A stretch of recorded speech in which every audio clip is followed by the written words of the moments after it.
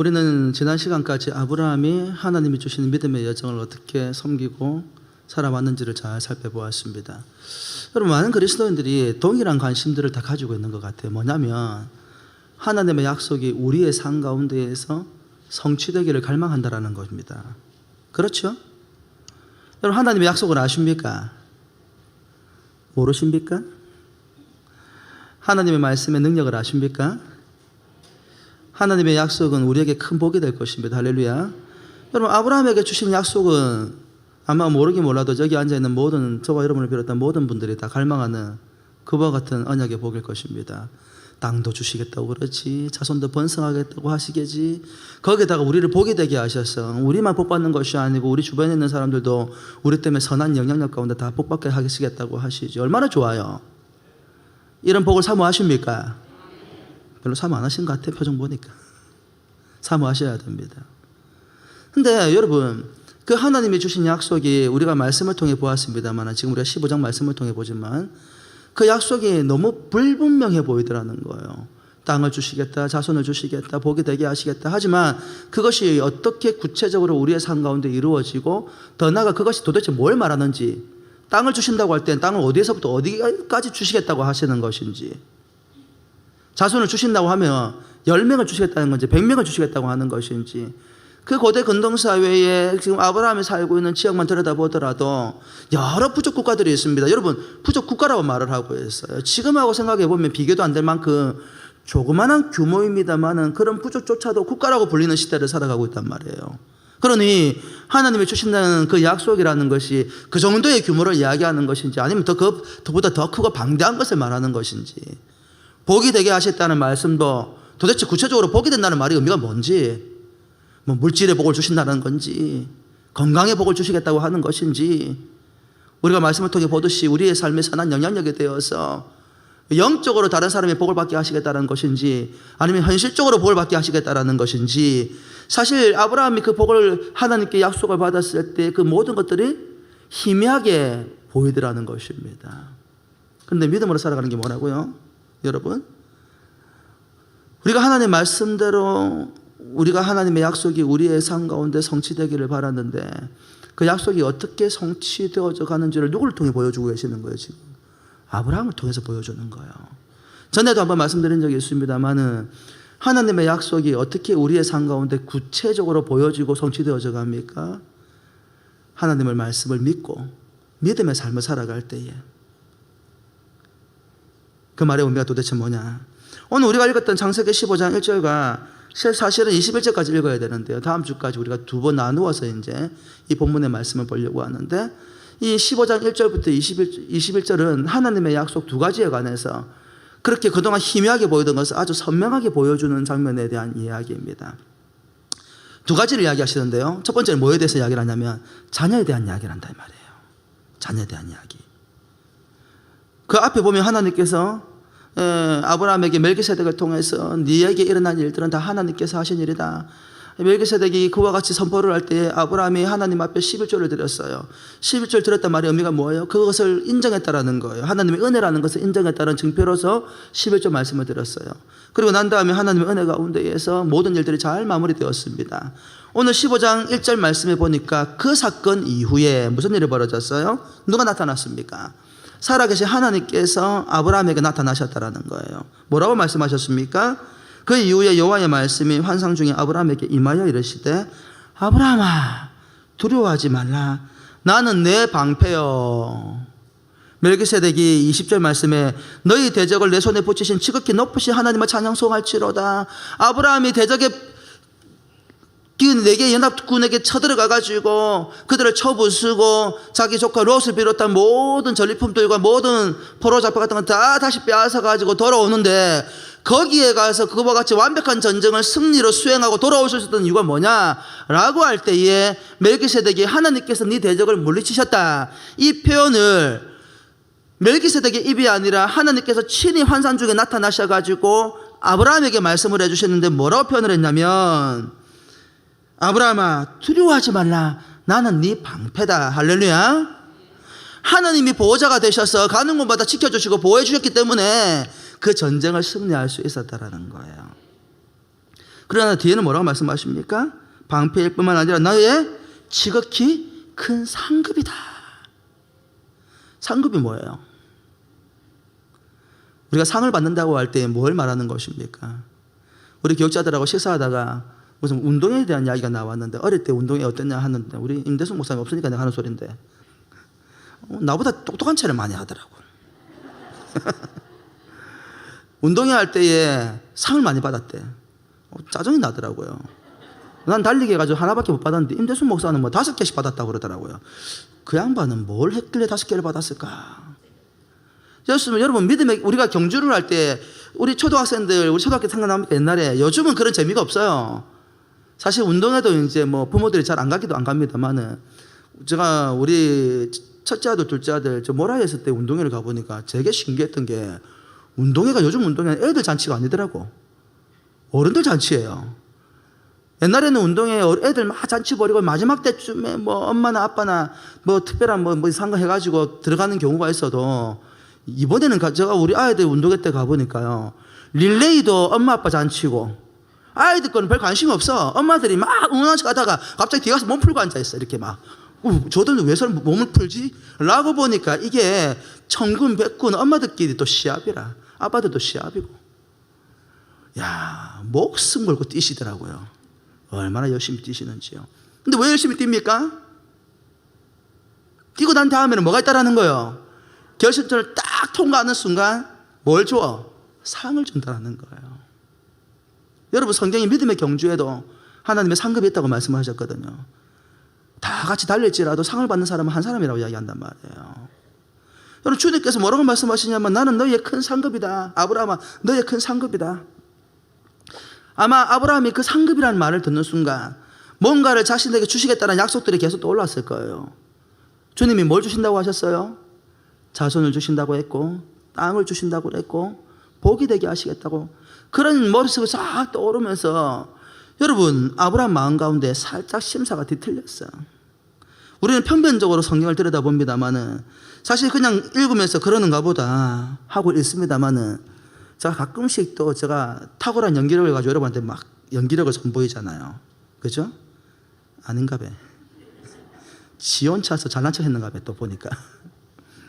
우리 2절 말씀 같이 읽어볼까요? 하나님께서 나는 너의 지극히 큰 상급이야 라고 말씀을 해주는 순간, 아브라함이 여러분 불평하는 장면들을 봅니다.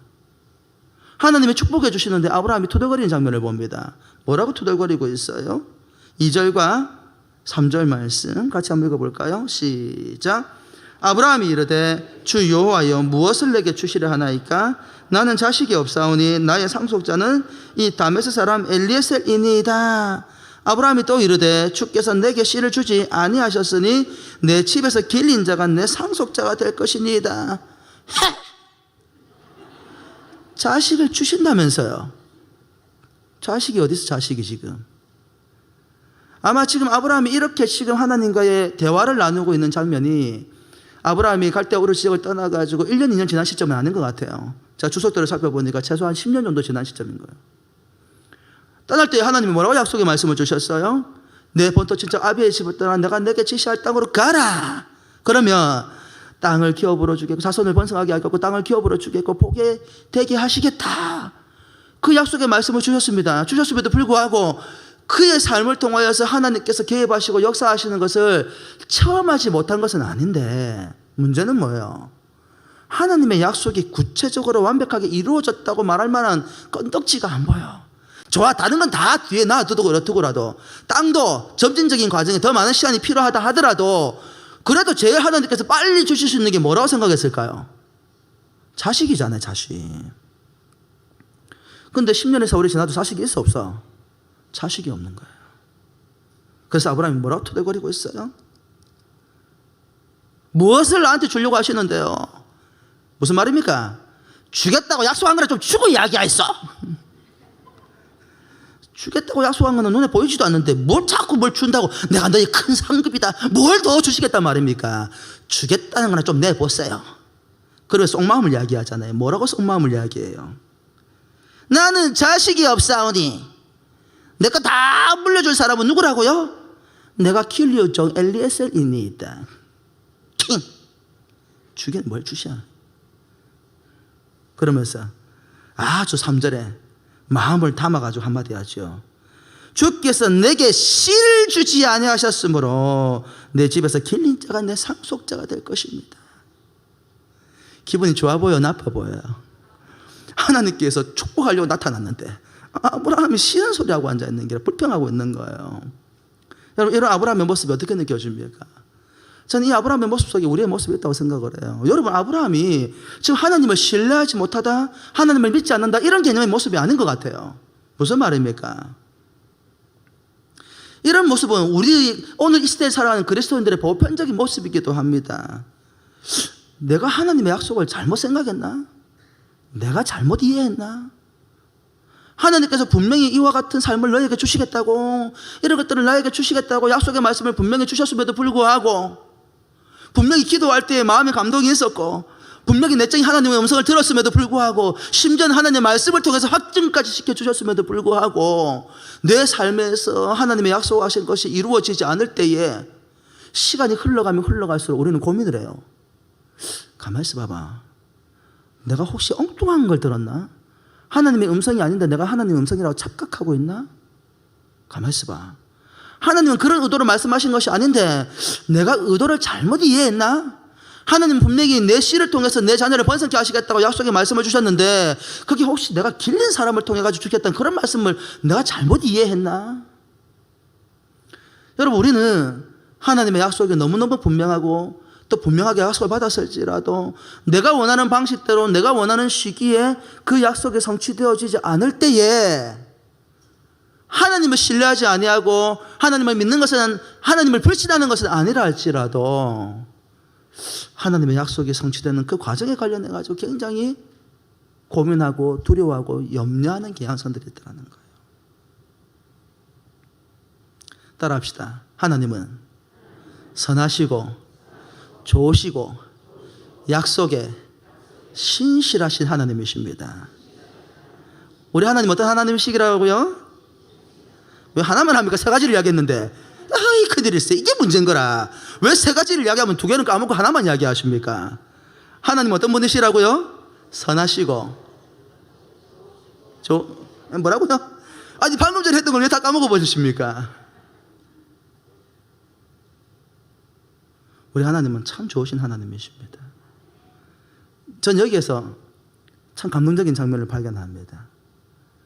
아브라함이 하나님의 약속을 신뢰하고 그렇게 믿으며 살았음에도 불구하고, 여러분 참 재밌는 게 아브라함이 그렇다고 해가지고 하나님께서 자신에게 주신 약속을 이루어주지 않는다고 해서 그럼 믿음의 삶을 포기하거나 좀 엉뚱한 짓을 하고 있느냐? 아니에요.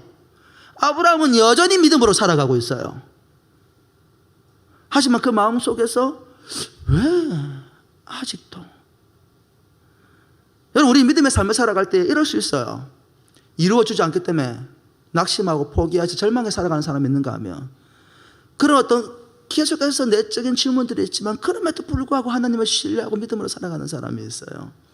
아브라함은 어떤 불의 사람이에요? 자기가 원하는 때에 내가 원하는 방식대로 이루어지지 않는다고 해서 낙심하고 절망해서 하나님 말씀대로 순종하지 아니하고 엉뚱한 세상적인 삶을 살아가는 사람이 아니라 그럼에도 불구하고 그는 여전히 그의 시선을 하나님께 맞추고 믿음으로 나아가고 있더라는 거예요. 그때 하나님께서 뭐라고 말씀하십니까? 네가 어찌하여 믿음이 없느냐 이 약한 자야, 그렇게 책망하셨어요? 아닌 거예요. 4절 말씀에 같이 한번 읽어볼까요? 그렇게 투덜거리고 있는 아브라함에게 하나님께서 친히 말씀해 주십니다. 같이 읽어보십시다. 시작. 여호와의 말씀이 그에게 임하여 이르시되 그 사람이 내 상속자가 아니라 내 몸에서 날 자가 내 상속자가 되리라 하시고, 아브라함은 분명히 엘리에셀이 내 상속자가 될 것입니다 라고 이야기했는데 주님은 그 이름 언급도 안 합니다. 그 사람이라고 이야기합니다. 아니라는 거예요. 그 사람이 아니고 분명히 말하건대 네 몸에서 날 자가 네 상속자가 될 거야. 이것도 감동인데 그 다음 장면이 더 감동이야. 뭐가? 5절 말씀 같이 읽어보십시다. 시작. 그를 이끌고 밖으로 나가 이르시되 하늘을 우러러 뭇별을 셀 수 있나 보라. 또 그에게 이르시되 내 자손이 이와 같으리라. 제가 어디에서 감동을 받았을까요? 맞춰 보소서. 5절 어디에서 감동을 받았을까요? 응? 처음에 등장하는 장면, 장로님들은 들어놓으셨고 또 답하시는 건 뭡니까? 그를 이끌고라는 단어예요. 물론 하나님께서 직접 딱 나타나서 손잡고 나가신 건 아니라 할지라도 제가 이 말씀을 묵상하는 순간에 제 마음이 따뜻해지는 걸 느꼈어요. 어떤 느낌이냐면 제가 어디 밖에 나갈 때 우리 아이들하고 나갈 때가 있는데 주로 제가 누구 손을 잡고 다닐까요? 우리 아내 손을 잡고 다닐까요? 아니라는 건 다 알고 계시네? 그럼 제가 누구 손을 잡고 다닐까요? 어휴, 우리 딸 이름이 이제 하도 많이 얘기해서 이제 안다고. 막내딸 아영이. 희한하죠? 아들 둘도 있고 딸도 있고 아내도 있는데 제 손은 항상 어디 가 있어요? 막내딸 손에 가 있어요. 물론 우리 딸이 쫓아와 제 손을 붙들고 제일 먼저 잡기도 합니다만은 참 뭔가 어리고 연약하고 뭔가 돌봐줘야 할 것 같은 그 연약한 손에 저도 모르게 손이 가요. 그리고 그 손을 붙들고 가장 좋은 곳으로만, 안전한 곳으로만 이끌고 가거든요. 오늘 성경 말씀해 보니까 하나님께서 아니야, 네가 네 몸을 통해서 태어날 아이가 네 씨가 될 거야. 그러면서 주님께서 아브라함의 손을 다 잡고 뭐라고 나와 있는데 그를 이끌고, 저는 그를 이끌고라는 단어가 우리 주님께서 아브라함의 손을 장면으로 보여지더라고요. 얼마나 아브라함을 사랑하시는지. 그 손을 이끌고 어디로 데려나가세요? 밖으로 나가십니다. 그리고 뭘 보여주세요? 하늘을 우러라, 하늘을 보라고 말씀하시는 거예요. 21세기에는 하늘의 별빛보다도 세상의 빛이 너무 밝아. 그래서 하늘의 별이 몇 개로 보여요? 하늘의 별이 수없이 많다는 말을 아무도 이해 못해, 요즘 아이들은요. 하지만 여기 계시는 어르신들은 아실 거예요. 우리 어릴 때만 하더라도 시골에 사셨던 분들, 저희 몇 시만 지나면 불 다 꺼져버리고 캄캄할 때에 하늘의 별이 어떻게 보여요? 좀 시적으로 표현해봤어. 쏟아질 것 같이 하늘에 촘촘하게 박혀있는 별들을 보잖아요. 여러분 은하수 보신 적 있습니까? 보신 적 있어요? 어디에서 봤어요? 외국에 나가서 봤다는 소리 하지 마세요. 열받으니까. 저희 집이, 외갓집이 전라남도, 우리 전라북도 부안이거든요. 우리 외할아버지 집이 산에 있었어요. 나중에 알고 보니까 우리 할아버지 산지기 하셨다고 그러더라고요. 아무것도 없어요. 그 시골에 나가지고 밖에를 딱 나갔는데 하늘을 보고 깜짝 놀랐어요. 진짜 별이 촘촘하게 하늘에 박혀있을 뿐만 아니라 저는 그때 은하수 처음 봤거든요. 은하수가 얼마나 아름답게 길을 쫙 신의 강을 이루어 가지고 흐르고 흘러가고 있는 모습이 보이는지요. 그걸 보는 순간 너무 감동이 되는 거야. 여러분 그때 그 모습을 상상해 보시라 이 말이에요. 세상에 아무런 빛도 없이 칠흑과 같은 어둠 속에서 하나님께서 아브라함을 그 장막에서 손을 붙들고 데리고 나오셔가지고 아브라함아 하늘을 한번 봐봐. 보는 순간 뭐가 보여? 하늘의 별들이 쏟아지듯이 촘촘하게 하늘에 박혀 있는데 주님께서 뭐라고 말씀하셔요? 저 별을 셀 수 있나? 네가 한번 헤어봐봐. 그 이전까지 하나님은 자녀를 주시겠다고 약속의 말씀을 주셔도 100명을 주시겠다는 건지 1000명을 주시겠다는 건지 10,000명을 주시겠다는 건지 구체적으로 아브라함에게 말씀해 주지 않으셨단 말이에요. 그런데 아브라함의 믿음이 하나님을 향해서 더 가까이 다가가면 다가갈수록 그 하나님께서 아브라함에게 주시는 약속이 얼마나 선명하게 구체화되어져 가는지 그의 눈을 들어 하늘을 볼 때에 셀 수 있어요, 없어요? 셀 수 없을 만큼 많은 별들이 하늘에 촘촘하게 박혀 있는데 하나님께서 하늘의 별과 같이 거대한 민족을 이루시겠다라는 약속이라는 것을 그 순간 확인하게 되더라는 거예요.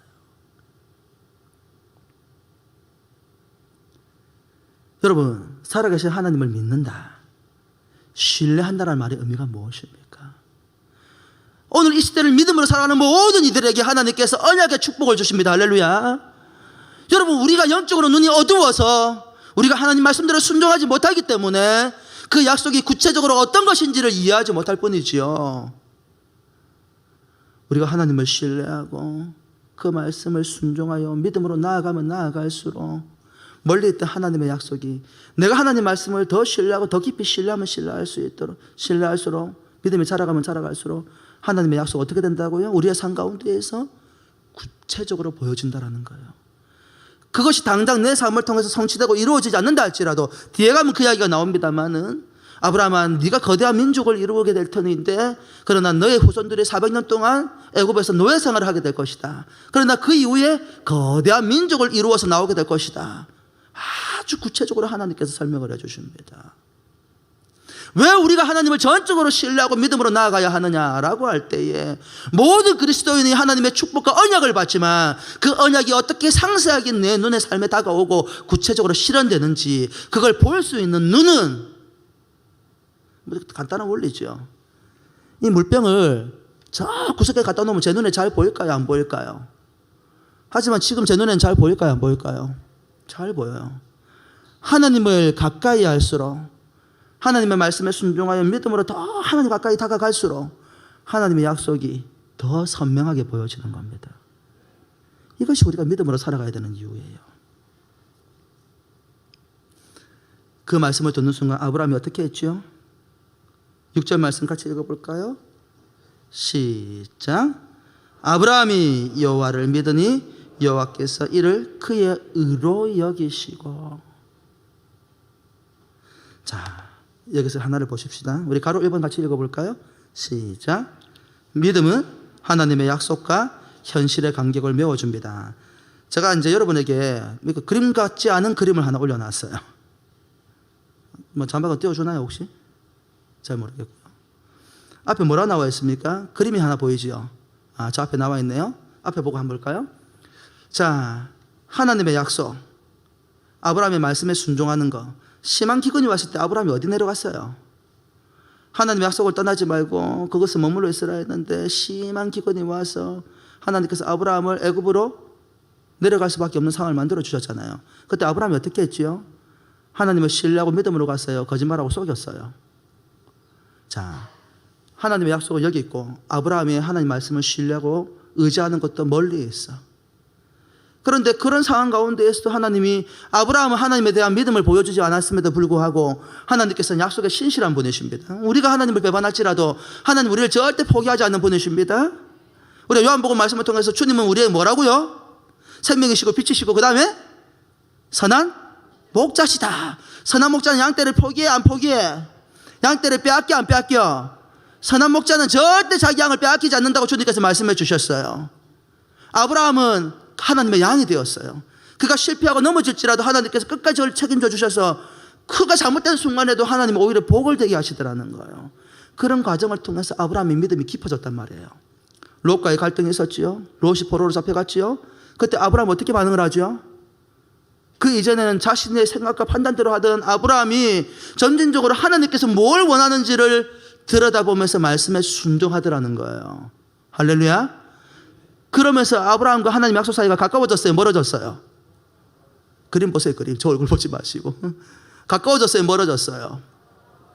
아브라함이 하나님 말씀에 순종하는 그 깊이가 더 깊어질수록 하나님과 약속과의 거리는 어떻게 된다고요? 점진적으로 좁아지는 거예요. 그런데 잘 보십시오. 심한기 하나님과 말씀 사이에 말씀에 순종, 말씀에 순종, 말씀에 순종, 더 하나님을 끝까지 신뢰하고 말씀에 순종하면 순종할수록 하나님의 약속은 구체화되어져 가고 결국 우리는 뭘 만나게 되는 거예요? 맨 끝에 하나님의 약속이 우리의 삶 가운데 성취되는 것을 보게 된다는 거예요. 자, 하나님 약속과 말씀 사이에는 간격이 있어요? 없어요? 간격이 있어요. 그럼 저 간격을 메우는 가장 중요한 도구가 뭐냐 이 말이에요. 뭐냐 말이에요.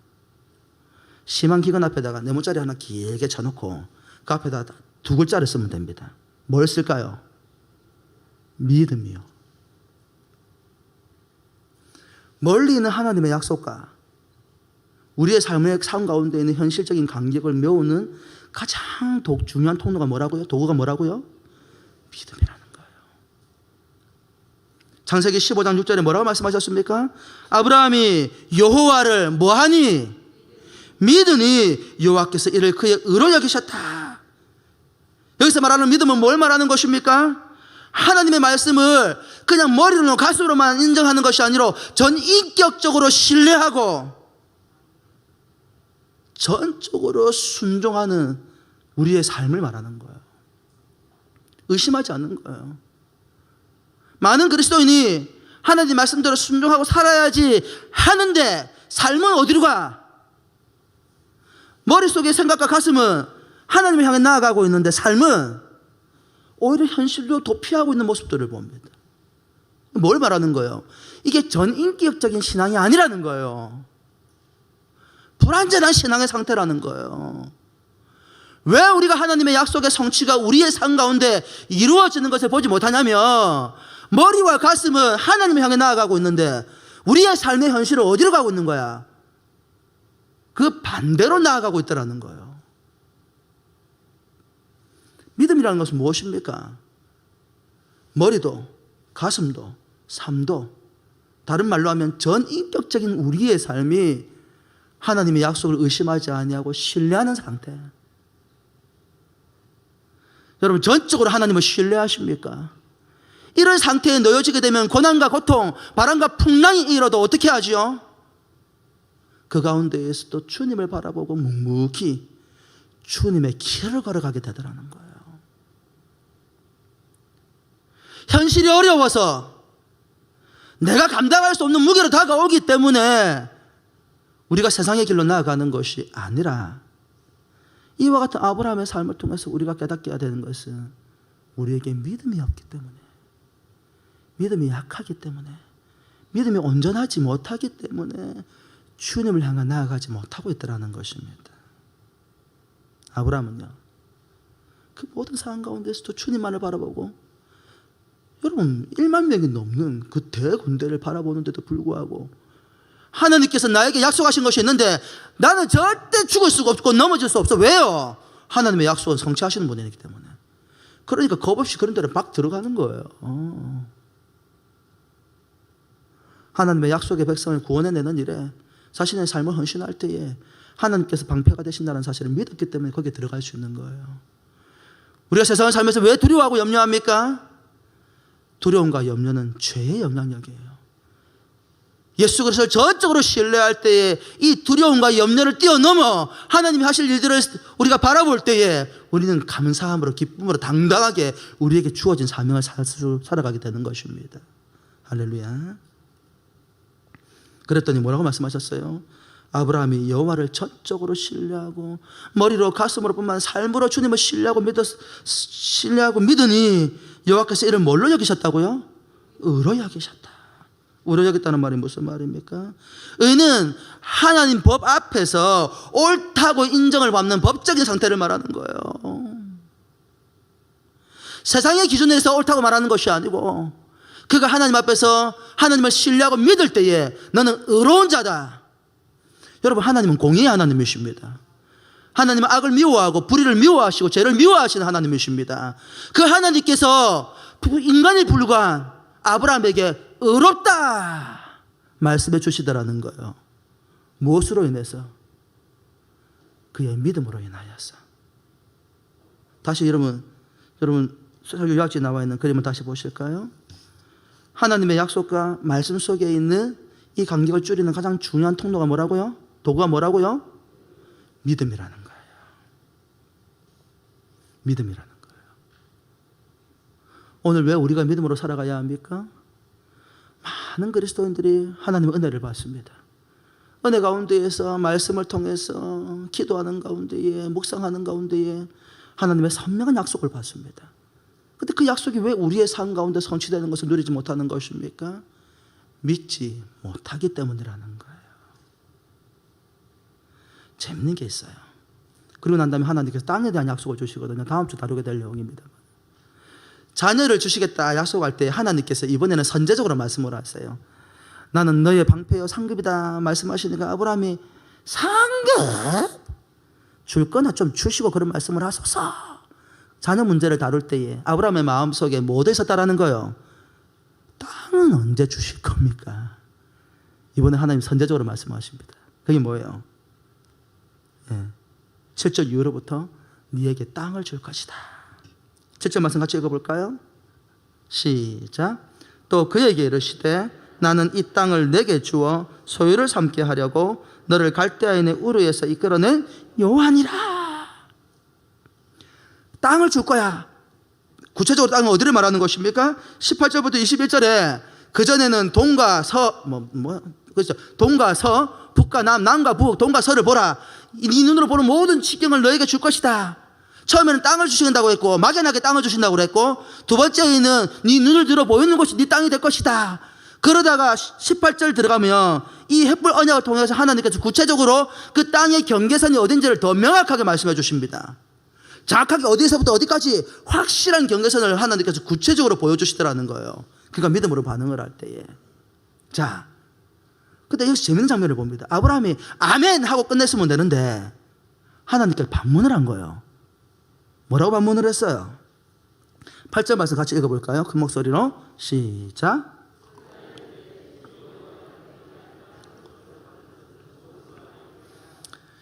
이걸 쉽게 풀이하면 증거가 뭡니까? 확실한 증거를 주십시오. 증표를 주십시오. 이 말인 거예요. 땅을 내한테 줄 거야. 땅의 경계선은 이래. 그랬더니 아브라함이 땅을 주신다고요? 지난번처럼 두리뭉실하게 말씀하지 마시고 증표를 보여주소서. 그가 이르되 주 여호와여 내가 이 땅을 소유로 받을 것을 무엇으로 알리이까? 굉장히 이쁘게 말을 했죠. 쉽게 표현하면 증표 주세요. 증표. 보증 하나 써주세요. 우리 계약서 하나 쓰십시다. 그 확실한 계약서 하나 한번 보여주세요. 증표를 보여주세요. 그렇게 이야기한 거예요. 여러분도 그렇지 않습니까? 하나님께 기도할 때에 마음에 감동을 주셨어. 근데 시간이 지나가도 잘 이루어지지 않는 경험들을 하게 되어지면 어떤 마음이 들겠어요? 뭔가 약속의 말씀을 받을 때에 하나님 이 약속의 말씀 내 마음에 감동만 주지 마시고 확실한 걸 좀 보여주세요. 저는 그런 기도 많이 했거든요. 사실 그래서 하나님께서 보여주신 것도 많았어요. 사실은요. 때로 우리는 이런 것들을 요구할 때가 있단 말이에요. 그럼 하나님은 그 증표를 보여주실까요? 안 보여주실까요? 놀라운 사실은 보여주신다라는 거예요. 어디에서? 성경에 몇 가지 그와 같은 증표들이 나옵니다. 첫 번째는 뭡니까? 우리 노아의 홍수 사건 이후에 일어났던 겁니다. 창세기 9장 12절과 15절 말씀, 하나님께서 먼저 증표를 보여주십니다. 사람이 구하지 아니하였어도 제가 한번 읽어드릴 테니까 들어보시기 바랍니다. 15절까지 말씀입니다. 하나님이 이르시되 내가 나와 너희와 및 너희와 함께하는 모든 생물 사이에 대대로 영원히 세우는 언약의 증거는 이것이니라. 내가 내 무지개를 구름 속에 두었나니 이것이 나와 세상 사이에 언약의 증거니라. 내가 구름으로 땅을 덮을 때에 무지개가 구름 속에 나타나면 내가 나와 너희와 및 육체를 가진 모든 생물 사이에 내 언약을 기억하리니 다시는 물이 모든 육체를 멸하는 홍수가 되지 아니할지니라. 인간의 죄가 세상에 온전히 관영을 해가지고 하나님이 두고 볼 수가 없어요. 그래서 어떻게 하신 거예요? 세상 가운데 의인이었던 노아와 그 가족들을 통하여 방주를 짓게 하시고 마지막 때에 물로 세상을 멸하셨단 말이에요. 그리고 홍수가 다 지나가고 난 다음에 노아와 모든 것들이 지면에 다 풀어지고 노아의 가족이 나왔을 때 하나님께서 먼저 약속을 주십니다. 이와 같은 방식으로는 다시 내가 너희를 멸하지 않을 것이다. 하늘이 뚫리고 비가 아무리 내려도 저와 여러분들은 물에 빠져 죽을 염려가 있을 수 없어. 적어도 하나님의 심판의 관점에서는 그럴 일이 없습니다. 그 증거가 뭔데? 그 언약의 표가 뭔데? 무지개 본 적 있어요? 없어요? 없어요? 인생을 왜 이렇게 불쌍하게 사셨어요? 얼마 전에 우리 교육자들하고 요즘 아침에 운동을 하러 가잖아요. 가는데 와, 저 앞에서 무지개가 이렇게 쫙 펼쳐져 있는 거예요. 자, 그 무지개를 바라볼 때 세상 사람들은 뭐라고 이야기할까요? 와, 7빛깔 무지개를 노래를 생각할지 모르지만 그리스도인들은 보는 순간에 자기도 모르게 뭐가 떠올라? 물로는 멸하지 않겠다는 하나님의 약속이 떠오르는 거예요. 아브라함에게는요, 쪼갠 짐승 사이로 뭐가 지나갔어요? 횃불이 지나갔어요. 이게 왜 언약일까요? 여러분, 아브라함은 제사를 이때 한 번만 지내고 말았을까요? 아니에요. 짐승을 잡아서 이 제물을 바치는 모든 순간에 뭘 기억하게 되었을까요? 뭘? 하나님의 약속을. 심지어는 어두운 밤에 횃불 하나만 딱 켜도 그걸 보는 순간에 뭐가 기억이 났을까요? 하나님의 약속. 여러분, 하나님께서는 우리가 우리의 인생의 삶을 살아갈 때에 하나님의 약속이 반드시 우리의 삶 가운데 성취될 것이라는 분명한 약속의 증거를 주신다는 얘기예요. 증표를 주신단 말이에요. 그럼 질문이 있지요. 하나님께서 노아에게도 그런 증표를 주셨고 아브라함에게도 횃불 언약이라는 증표를 주셨고 심지어는 야곱도 집을 떠나가지고 베델에서 잠을 자고 있을 때 사닥다리에서 천사들이 오르락 내리락 하는 장면들을 보면서 여호와 하나님께서 그와 함께 계시는 것을 보면서 야곱이 그때 깨달은 게 뭐예요? 와, 하나님은 내가 어디를 가든지 함께 하시는 하나님이시구나. 우리 아버지 집에만 있는 줄 알았더니 그게 아니구나. 내가 살아가는 모든 영역 가운데에서 하나님께서 나와 동행하시고 역사하시는구나. 심지어 야곱은 뭘 쳐다보면, 지붕 수리하러 뭘 보며, 사다리를 보며 하나님의 약속을 기억하는 거예요. 그럼 하나님께서 오늘 이 시대를 살아가는 저와 여러분들에게는 그런 표징을 주셨을까요? 증거를 주셨을까요? 여러분, 그렇게 받은 증거 혹시 기억나는 거 있습니까? 증표 기억나는 거 있어요, 없어요? 있다라는 거예요. 그게 뭔데? 성찬이요. 많은 그리스도인들이 성찬을 습관처럼 드려요. 아니에요. 여러분, 성찬은 우리에게 생명이 있음을, 우리에게 영원한 생명이 있음을 보여주는 증거입니다. 어떻게 그렇게 우리가 확신할 수 있는데요? 요한복음 6장 47절과 58절 말씀에 뭐라고 이야기합니까? 진실로 진실로 너희에게 이르노니 믿는 자는 영생을 가졌나니 내가 곧 생명의 떡이니라. 예수 그리스도는 누구이시라고요? 생명의 떡이라고 말씀하셨어요. 너희 조상들은 광야에서 만나를 먹어서도 죽었거니와 이는 하늘에서 내려오는 떡이니 사람으로 하여금 먹고 죽지 아니하게 하는 것이라. 나는 누구를 말하는 거예요? 주님을 말합니다. 하늘에서 내려오는 살아있는 떡이니 사람이 이 떡을 먹으면 영생하리라. 내가 줄 떡은 곧 세상의 생명을 위한 내 살이니라 하시니라. 그러므로 유대인들이 서로 다투어 이르되 이 사람이 어찌 능히 자기 살을 우리에게 주어 먹게 하겠느냐. 우리가 무슨 식인종이가. 주님께서 분명히 시작할 때 뭐라고 말씀하셨어요? 믿는 자는 영생을 얻게 하시겠다고 말씀으로 시작을 하셨음에도 불구하고 예수 그리스도의 살을 먹는다는 행위가 뭐라는 거예요? 뭐라는 거예요? 믿는 것이라는 거예요. 53절에 뭐라고 얘기합니까? 이후에 예수께서 이르시되 내가 진실로 진실로 너희에게 이르노니 인자의 살을 먹지 아니하고 인자의 피를 마시지 아니하면 너희 속에 생명이 없느니라.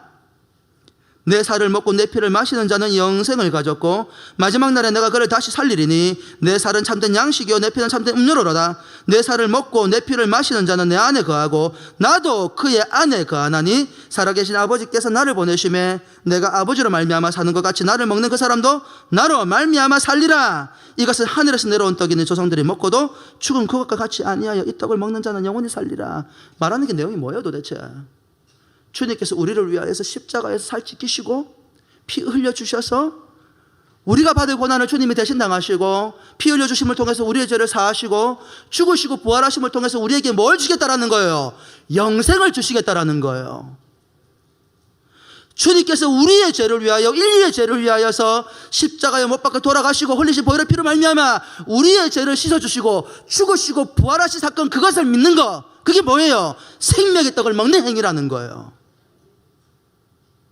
그것을 가시적으로 증표를 주셨다라는 거예요. 그게 뭔데?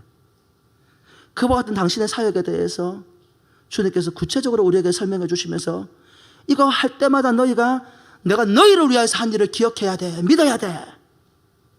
그게 뭔데요? 마태복음 26장 26절에 26절과 27절에 요한복음에서 나누었던 책들을 주님께서 마지막 만찬 때에 친히 직접 말씀해 주십니다.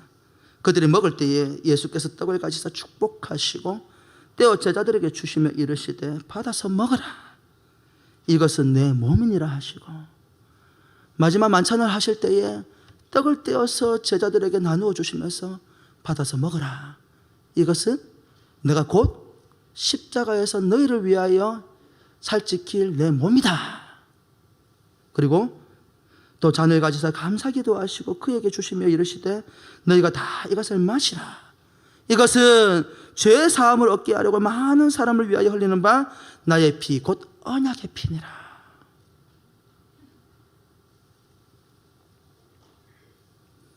고린도전서 11장 23절과 27절에는 사도 바울의 입술을 통해서 뭐라고 말씀하십니까? 내가 너희에게 전한 것은 주께 받은 것이니 곧 주 예수께서 잡히시던 밤에 떡을 가지사 축사하시고 떼어 이르시되 이것은 너희를 위하는 내 몸이니 이것을 행하여 나를 뭐하라? 기념하라 하시고 식후에 또한 그와 같이 잔을 가르치시고 이르시되 이 잔은 내 피로 세운 새 언약이니 이것을 행하여 마실 때마다 나를 기념하라 하셨으니 너희가 이 떡을 먹으며 이 잔을 마실 때마다 주의 죽으심을 그가 오실 때까지 전하는 것이니라. 우리에게 주신 복음의 사명이 있습니다. 어떻게 그 복음의 사명을 감당할 수 있습니까? 주님께서 우리를 위하여 하신 일들을 기억할 때마다 우리가 성찬에 참여하여서 이 떡을 먹고 잔을 마시는 순간 그 주님과 더불어서 우리의 영이 연합하여서 온전히 주님의 그 죽으심과 부활을 우리의 삶에 다시 온 삶으로 체험하고 깨닫게 되어지고 그 받은 바 은혜를 가지고 다시 세상으로 나아가서 복음을 전하게 된다는 거예요. 여러분 영원한 생명을 얻으셨습니까? 또 목이 마르네. 사랑하는 성도 여러분, 영원한 생명을 얻으셨습니까? 그 증거가 무엇입니까? 여러분의 예수를 믿는 일이란 말입니다. 여러분 예수를 믿으심으로 말미암아서 여러분은 영원한 생명의 떡이신 예수 그리스도를 먹고 마신 것입니다. 성찬은 우리가 살아계신 그 예수 그리스도를 인격적으로 먹고 마시는 가시적인 증거입니다. 그래서 뭐라고 이야기합니까? 그러므로 누구든지 주의 떡이나 잔을 합당하지 않게 먹고 마시는 자는 주의 몸과 피에 대하여 죄를 짓는 것이라고 했어요. 성찬 광고가 지난주에 나갔습니다.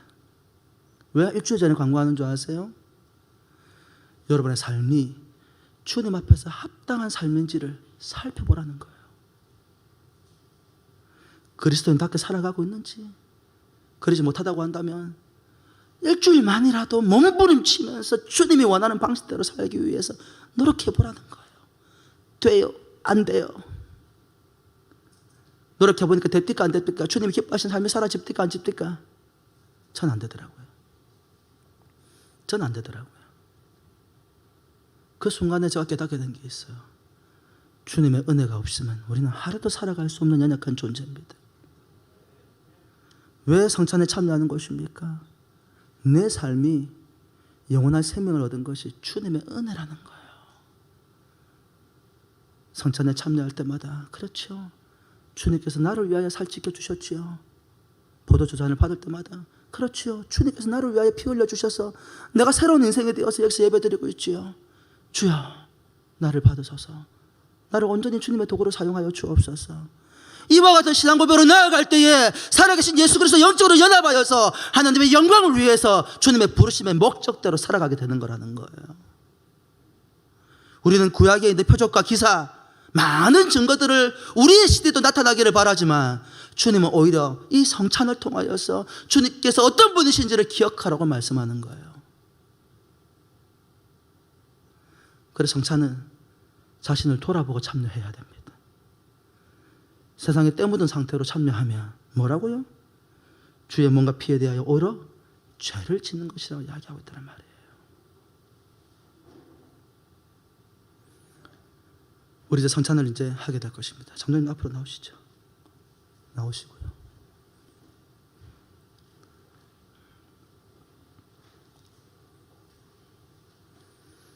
여러분 어떤 마음으로 오늘 성찬에 참여하기 위해서 나오셨습니까? 주님 앞에 예배하러 나오실 때에 어떤 마음과 생각으로 여러분 나오셨습니까? 온전히 주님을 바라보고 주님께만 집중하며 나오셨습니까? 아니면 예배 자리에 나올 때조차도 세상의 허탄한 생각과 고민과 염려들을 그대로 짊어지고 자신의 인생의 주인 되어서 왕노릇하며 이 자리에 앉아 계십니까? 아브라함에게 횃불의 언약을 보여주셨던 하나님, 노아에게 무지개의 언약을 보여주셨던 하나님, 야고보에게 사닥다리의 언약을 보여주셨던 하나님께서 성찬을 통하여서 우리 주 예수 그리스도가 우리의 생명의 떡이시고 우리의 구원의 뿌리심을 선포케 하셨습니다. 주님의 그 피 흘리심과 그 십자가의 고난을 기억하는 분들은 함부로 성찬에 참여하지 않습니다. 내 삶이 하나님 앞에 합당한 자의 삶을 살았는가? 내가 그리스도인다운 삶을 살아가고 있는가? 자주 넘어집니다. 실패합니다. 그럴지라도 몸부림치며 주 앞으로 나아갑니다. 사랑하는 성도 여러분, 여러분의 양심은 주님 앞에서 선한 양심으로 한 주간을 살아오셨습니까? 주님을 바라보며 믿음으로 살아오셨습니까? 아니면 세상 사람들처럼 하루 한 주간을 살아오셨습니까? 오늘 성찬에 참여할 때에 주님께서 우리에게 주신 이 표적을 우리가 경험을 할 때에 오늘 오기 전까지 세상에 때 묻은 상태로 나왔다 할지라도 이 시간만큼은 우리 주님께서 받으실 만한 거룩한 심령이 되기를 소원합니다. 우리가 우리의 죄를 잡아가면 저는 미쁘시고 의로우사 우리를 모든 불의 가운데 깨끗하게 하신다고 약속의 말씀을 주셨습니다. 지난 한 주간 동안 어떻게 살아왔을지라도 이 시간 회개하고 자복하고 나오면 너희 죄가 흰 눈과 같이 진홍같이 붉을지라도 흰 눈과 같이 희게 하시겠다고 약속의 말씀을 주셨습니다. 우리 말씀 앞에서 성찬 앞에서 조용히 눈을 감고 잠깐 기도했으면 좋겠습니다. 하나님께서 우리에게 우리가 영원한 생명을 얻은 가시적인 증거, 하나님의 약속이 우리의 삶 가운데 성취되셨음에 대한 증거로 성찬을 주셨음에도 불구하고 지금까지 그냥 습관처럼 그럼 의무감으로 우리가 여기 참여하였습니다. 이제 온전히 이 의미를 깨닫고 주님께서 우리에게 구원의 약속의 성취를 반드시 이루어주겠다는 그 표징으로 성찬을 주셨는데 그 언약을 받을 만한 심령이 될 수 있도록 그리고 그것을 통해서 이 성찬을 통해서 그리스도와 연합하여 주님의 부르심의 목적대로 살아갈 때에 하나님이 약속하신 것들이 우리의 삶 가운데 어떻게 구체적으로 성취되는지를 우리의 삶을 통해 경험할 수 있도록 주여 축복하여 주시옵소서. 우리 함께 성찬에 참여하기 전에 주님 말씀부터 함께 간절히 기도하십시다.